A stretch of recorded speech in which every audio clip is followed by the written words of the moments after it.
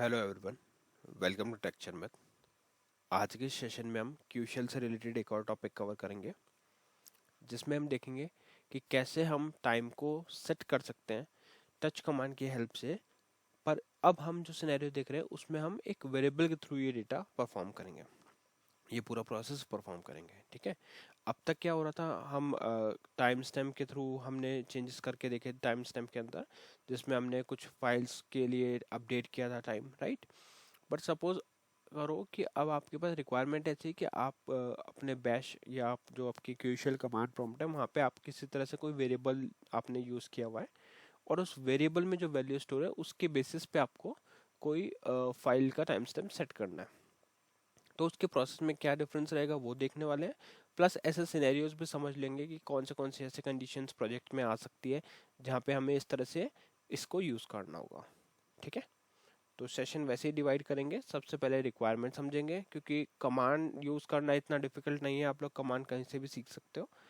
पर मेन जो पॉइंट है वो ये है कि रिक्वायरमेंट क्या है ना। कौन से ऐसे सिनेरियोज आपको एनकाउंटर हो सकते हैं आपके फ्यूचर में, या हो सकता है आप में से कुछ लोग अभी भी ऐसे सिनेरियोज को डील कर रहे हो। तो वो सिनेरियोज इंपॉर्टेंट है। एक बार वो सिनेरियोज क्लियर हो गए तो फिर सिंटैक्स बहुत ईजी है, आप इजीली उसको इम्प्लीमेंट कर पाओगे अपनी रिक्वायरमेंट के अकॉर्डिंग। ठीक है। तो स्टार्ट करते हैं। सबसे पहले आपको क्या लिखना पड़ेगा, यहाँ पे लिखना पड़ेगा वर्क एल एन के। वर्क एल एन के क्या करेगा, यहाँ पे work with object link screen open करके देगा। अब इस work with object link screen को हम यूज़ करते हैं क्योंकि यहाँ पे हमारे पास कुछ फाइल्स स्टोर्ड है ना। उन फाइल्स को हम देखेंगे कि कैसे वो यूज़ हो रही है, और फिर उनको उसी तरह से उनके लिए टाइम स्टैम्प अपडेट करेंगे। ठीक है। तो मेरी बाय डिफॉल्ट डायरेक्टरी क्या हो गई, स्लैश होम शर्मत। आपके केस में यहाँ पे यूज़र नेम डिफरेंट होगा, बाकी सेम इस तरह से डायरेक्टरी मिलेगी। उस डायरेक्टरी पे जब आप पेज डाउन करोगे तो कुछ जो भी आपने फाइल्स वगैरह क्रिएट किए हुए वो यहाँ पे आपको अवेलेबल मिलेंगे। ठीक है। अब एग्जाम्पल के लिए आप देखो SPLF.pdf है हमारे पास। अब सारी चीज़ भूल के हम फोकस करते हैं रिक्वायरमेंट पे। ठीक है। तो ऐसा अज्यूम करो कि आप एक प्रोजेक्ट पे वर्क कर रहे हो। अब आपको किसी ने कहा कि आपके पास क्यूशल में एक वेरिएबल है डेट नेम से या किसी भी नेम से, और उसके अंदर आपने एक टाइम स्टैम्प को सेव किया हुआ है। अब हमें क्या करना है, उस टाइम स्टैम्प को यूज़ करना है। किस लिए? अपने जो नई फाइल है या SPLF.pdf फाइल है इसके टाइम स्टैम्प को अपडेट करने के लिए। क्लियर?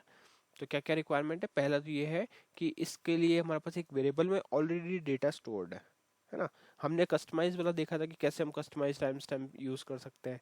फिर हमने ये भी देखा था कि अगर बाय डिफ़ॉल्ट हम टच कमांड यूज़ करते हैं तो वो ऑटोमेटिकली जो करंट डेट टाइम होती है या करंट टाइम स्टैम्प होता है उसको अपडेट करता है। बट क्वेश्चन ये है कि अगर वेरिएबल में स्टोर है तो हम कैसे यूज़ करेंगे। तो पहला रिक्वायरमेंट तो यही है। दूसरा कि अभी जैसे मैं अगर आपको SPLF.pdf के ऊपर ऑप्शन 8 लेके दिखाऊं, यहाँ पे हम करेंगे पेज डाउन। तो पेज डाउन करने के बाद मैं आपको यहाँ पे डेट दिख रहा होगा इसका 6/4/23 4:36:49, ये तो इसका क्रिएशन डेट टाइम है।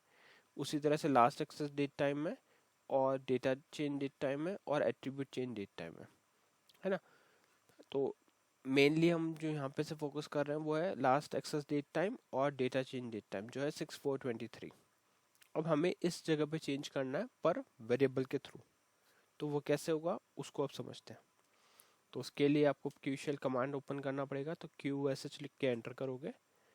इस क्यूशल कमांड एंट्री स्क्रीन के ऊपर हम हमारे कमांड को रन करेंगे। उस पे पहले हमारे को एक वेरिएबल बनाना पड़ेगा, जैसे कि हमारा डिस्कशन हुआ कि हम एक वेरिएबल के थ्रू इसको अपडेट करने वाले हैं। तो जो कमांड है मैं उसको एक बार पेस्ट करके दिखाता हूँ। कमांड रहेगी हमारी ये, है ना, $target date। ये वेरिएबल हम बनाएंगे। तो वेरिएबल बनाने के लिए आपको सिंपली लिखना पड़ेगा target date, target underscore date, और फिर उसके बाद में आएगा इक्वल, और फिर आप डबल कोट में उस डेट को डालोगे। जैसे यहाँ पे डेट की जगह हम टारगेट टाइम स्टैम्प कर देते हैं, टाइम स्टैम्प। ठीक है। और यहाँ पे आ जाएगी आपकी कंप्लीट टाइम स्टैम्प 2024 06 नहीं, इसको करते हैं 01/01/2024 ठीक है। और फिर आ जाएगा 14/15। ठीक है। इसको एंटर करके देखते हैं कि क्या ये वेरिएबल डिक्लेयर होगा या हमें डॉलर लगाना पड़ेगा। देखते हैं। तो एंटर किया तो यहाँ पे इसने एरर दे दिया, है ना। अब आपको क्या करना पड़ेगा, इसको F9 करना है। वो इसलिए मैंने एंटर किया क्योंकि यहाँ पे आप डॉलर मिस कर रहे थे, तो अब यहाँ पे डॉलर साइन लगा के एंटर करेंगे। ओके, यहाँ पे अभी भी अपने को इश्यू दिख रहा है, 1 मिनट में डेट चेक करता हूँ। ओके हाँ, तो अगर आपने ध्यान दिया होगा तो एक बार हमने जब वेरिएबल डिक्लेयर डिस्कस किया था तो उसमें हमने ये देखा था कि यहाँ पे स्पेस नहीं होना चाहिए, तो ये स्पेस एक तो रिमूव करना और डॉलर साइन भी रिमूव यहाँ से हो जाएगा, ठीक है, क्योंकि यहाँ पे डॉलर साइन की नीड नहीं। अब आप क्या करोगे, एंटर करोगे। तो इसने क्या कर दिया, एक वेरिएबल डिक्लेयर कर दिया टारगेट टाइम स्टैम्प नेम से, जिसमें डेट क्या है 2024-01-01। यहाँ पे हमारे पास 2024-01-01 14-15, ठीक है। तो ईयर, मंथ, डे, आर और मिनट्स, ये सारे हमारे पास इसमें स्टोर्ड है। अब हम यूज़ करेंगे टच कमांड को, तो उसका मैं सिंटेक्स दिखाता हूँ कैसा होगा। यहाँ पे करते हैं इसको पेस्ट, ये आ गई हमारी टच कमांड। -t, -t हम कभी यूज़ करते थे जब हमारे को कस्टमाइज टाइम से स्टैम्प सेट करना होता था, ठीक है। तो हो गया कस्टमाइज टाइम स्टैम्प के लिए -t, और इधर आ जाएगा डॉलर, और यहाँ पे आएगा वेरिएबल का नेम जो है अपन ने चेंज किया है, तो यहाँ पे हो जाएगा डॉलर टाइम स्टैम्प, ठीक है। और फिर आ जाएगा आपका फाइल का नेम। तो अगर हमारे को SPLF.pdf पे चेंज करना है तो यहाँ पे जस्ट सिंपली आप लिखोगे SPLF.pdf, ठीक है। और फिर अपने को करना पड़ेगा सीधा एंटर। तो अभी हम क्या इंस्ट्रक्ट कर रहे हैं, हम कह रहे हैं टच कमांड को कि अपडेट करो टाइम स्टैम्प को, किससे, करंट टाइम स्टैम्प में जो वैल्यू है उससे, और किस फाइल के लिए, SPLF.pdf फाइल के लिए। तो यहाँ पे करेंगे enter. Okay, the time specification is not valid, out of range. इसको चेक करते हैं इसमें क्या इशू है। 2024-01-01 14-15।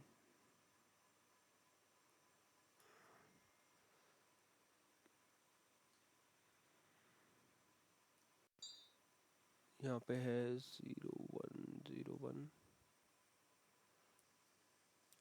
ओके या, तो इसमें एक इशू था, जस्ट मैंने अभी चेक करके इसको आइडेंटिफाई करा, और अब मैं आपको दिखाता हूँ कि क्या इसमें मिस्टेक कर रहे थे। जैसे, तो अगर हम यहाँ पे इस वेरिएबल को रिट्रीव करें, आपको करेक्ट कैसे लिखना है, देखो यहाँ पे ऐसे वेरिएबल बनेगा target underscore time stamp equal, फिर आपने यहाँ पे डेट डाला 2024-01-01, और फिर आ गया यहाँ पे देखो ये क्या है 0101, फिर 10 और 11, ये टाइम स्टैम्प मैंने इसमें सेव कर दिया, ठीक है।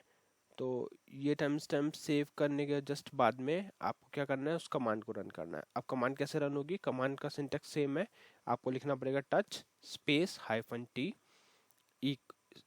टच स्पेस -t, इसके बाद में स्पेस आएगा, फिर आपका वेरिएबल का नेम आएगा जो है अंडरस्कोर टारगेट टाइम स्टैम्प, ये आएगा किसमें, डॉलर के साथ में, क्योंकि वेरिएबल को स्पेसिफाई करो मतलब यहाँ डॉलर आएगा। और फिर आपको फाइल का नेम देना जो है SPLF.pdf। अब अगर मैं एंटर हिट करता हूँ तो ये कमांड एग्जीक्यूट हो गई सक्सेसफुली। पहले उसमें एरर आ रहा था क्योंकि वहाँ पर टाइपो था, है ना, टाइपिंग मिस्टेक था, बट अभी ये एरर नहीं दे रहा, आपको डॉलर साइन रिटर्न करके दे रहा है। इसका मतलब आपकी जो कमांड थी वो सक्सेसफुली एग्जीक्यूट हो गई, ठीक है। तो इससे ये चीज़ क्लियर हो गई। अब दो चीज़ों का ध्यान रखना है, एक तो आपको जब भी -t यूज़ करना है तो यहाँ पे कैपिटल T यूज़ नहीं करना, हमेशा आपको स्मॉल t ही यूज़ करना है, वरना वो इस तरह से एरर देगा, ठीक है। और दूसरा, जब भी आप वेरिएबल यहाँ पे पास कर रहे हो तो वेरिएबल के साथ में ये डॉलर का सिंबल आना चाहिए, क्योंकि अगर डॉलर का सिंबल नहीं आएगा तो वो एक इनवैलिड कंसिडर होगा, क्योंकि वो उसको डॉलर से ही आइडेंटिफाई कर पाएगा कि वहाँ पे कोई वेरिएबल स्टोर था, ठीक है। तो आई थिंक अब ये आपको क्लियर हो गया होगा। तो मैं फटाफट से आपको बता देता हूँ कि कैसे इसको आप CL से भी एग्जीक्यूट कर सकते हो, क्योंकि कुछ प्रोग्राम्स कुछ कंडीशंस में आपको CL की भी नीड हो सकती है, ठीक है। तो ये प्रोग्राम है to update time stamp with variable, बाकी सब प्रोसेस सेम रहने वाला है, जस्ट मैं आपको कमांड वाला पोर्शन दिखाता हूँ। तो यहाँ पे जैसे वेरिएबल का, तो आपको वेरिएबल का नेम डालना है, करेक्टर टाइप हो गया, स्टोरेज और लेंथ हो गया, ठीक है। उसके बाद में आपको CHG वैर करके F4 प्रेस करना है, कमांड और वेरिएबल का कमांड वेरिएबल में आपको इसको पास करना है। जैसे इधर आ गया टच -t टारगेट डेट, और जो भी फाइल का नेम है, जैसे future_report.txt फाइल है तो उसका नेम आ जाएगा, पर वही ध्यान रहे कि उससे पहले आपका वेरिएबल असाइनमेंट होना चाहिए, अदरवाइज वो एरर देगा, ठीक है। और जब कमांड सेट हो जाएगी तो आपको सिंपली strqsh करके वहाँ पे उस वेरिएबल को पास करना है और उस वेरिएबल को एग्जीक्यूट करवा देना है। ठीक है, तो प्रोग्राम तो आई थिंक क्लियर है आप लोगों को। बट ओवरऑल जो हमने इस सेशन में डिस्कस किया वो ये डिस्कस किया कि कैसे हम किसी भी टाइम स्टैम्प को अपडेट कर सकते हैं उस वैल्यू से जो किसी वेरिएबल में स्टोर्ड है। ठीक है, तो सेम प्रोसेस आपको बाकी एग्जांपल्स के लिए भी आप यूज़ कर सकते हो। तो इस सेशन के लिए इतना ही था। नेक्स्ट सेशन में बाकी टॉपिक डिस्कस करेंगे। So thank you for watching texture math.